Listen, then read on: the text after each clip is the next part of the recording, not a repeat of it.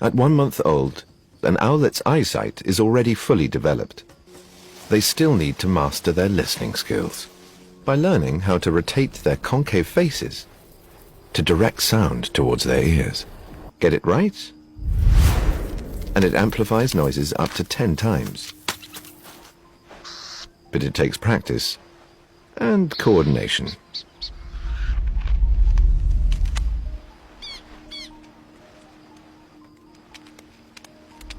Owls are carnivorous, but have no teeth to chew.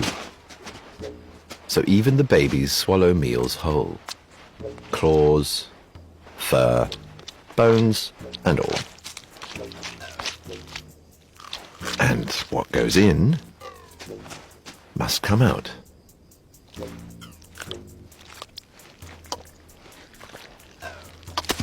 As a pellet. Anyway, back to class. How to avoid danger by listening to their parents and following their example.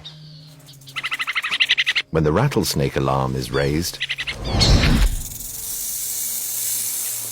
the owlets know to keep their distance, but being inquisitive can be a lifesaver.